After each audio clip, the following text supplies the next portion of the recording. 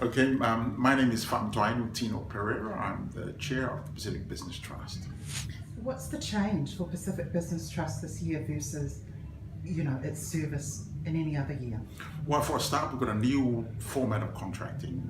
As you know, we get $1.2 million from the government. That comes through the Ministry of Pacific Peoples, and we have to engage with them. So they've come up with a particular contract, which we have to sign up, and those contracts are the priorities by the ministry. So we are now engaged, and we just got a new contract which focuses more on the outcomes rather than perhaps what we call the inputs, which was part and parcel of previous contracts. So that's new. There's a refocusing. But also what we're doing now is to change the future strategic direction of PPT. So that will allow us to provide much better services, more investment for Pacific businesses in the future. So that's the big piece of work, and we are working with this current government to make sure we get that. So you said a change in strategic direction for the future and investment. Could you talk specifically to those? What we want to do is to move towards a Pacific development or economic agency, so that you move away from just a business trust. So we are broadening the scope to include the economic landscape, to allow for far better opportunities for our Pacific businesses to engage in a whole range of activities along the economic model. So that's a big change for us. And of course, with that needs significant resources. It needs significant capacity and capability. And that's the piece of work we're now working with this current government to try and bear fruit on. What does that look like for the future for Pacific people? Well, it means far better opportunities, more significant opportunity for Pacific businesses, not only to engage in us helping them, develop them, promote them, but also we hope we're going to have some investment capability that we can actually invest in business. At the moment, we can't because we don't have any money. And I guess that is one question that's come up for people is, can the trust actually assist with business funding? Well, that's where we are heading. As you know, the only funding we have at the moment is $5,000, and they bring another $5,000. That's because of the funding that we get.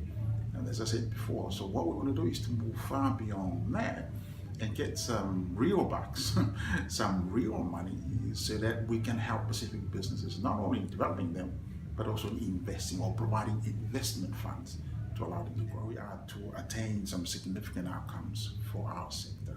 I understand you also, the Trust has a project with the Treasury on identifying what a Pacific economy looks like. Is that correct? That's right. This is one of the most critical projects that the Pacific Business Trust is collaborating with Treasury.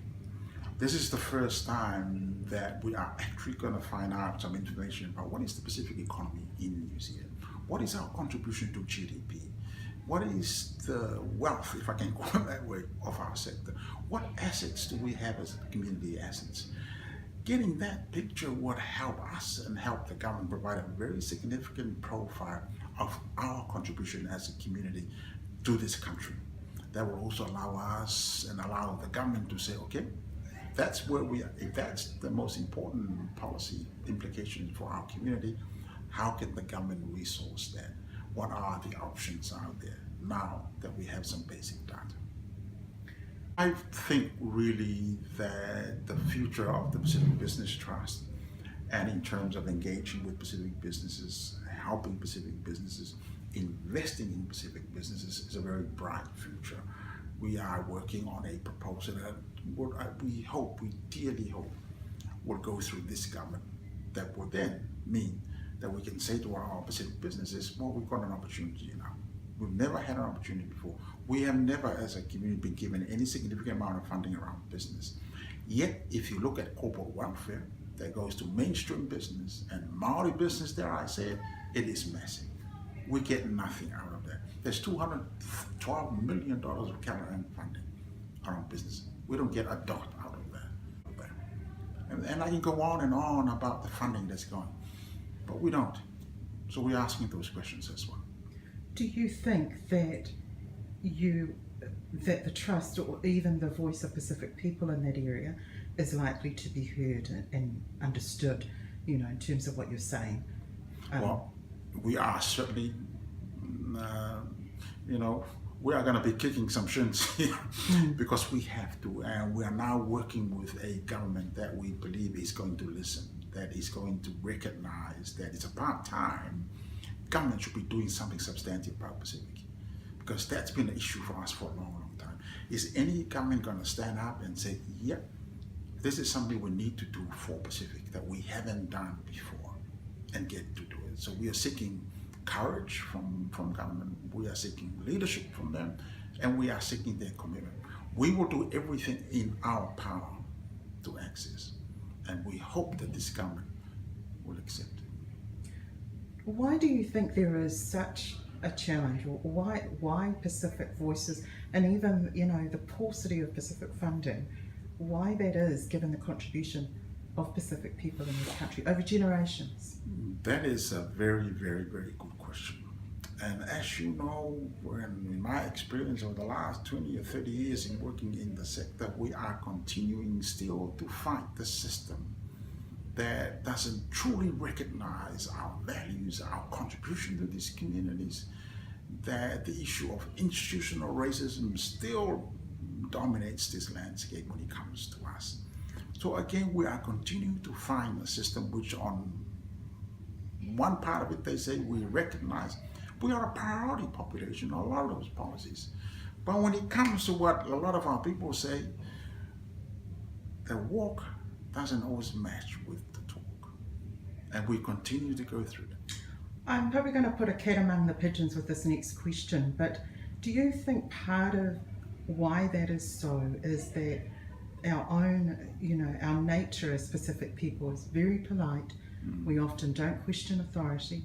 You know, it's a big deal to ask questions of those in positions of power. Obviously there are people who do that, but in the main, you know, our culture is one of just often being friendly, going with the flow, rather than challenging and demanding and saying, hang on, that's not right. While historically our advocacy has been based on our values around extending the courtesy and around humility and around being polite, because we always recognize that we are still guests in this land, despite the fact there's generations of us who are born and lived here and part of this place. So that's one thing.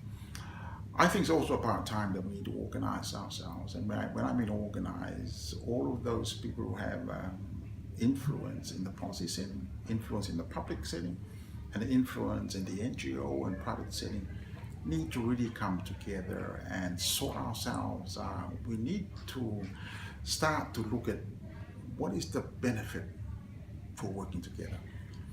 Why don't we focus on our commonalities rather than our differences? And unless that happens in a more sustained and organized way, we will continue to be treated by government after government in the same way that we are facing today.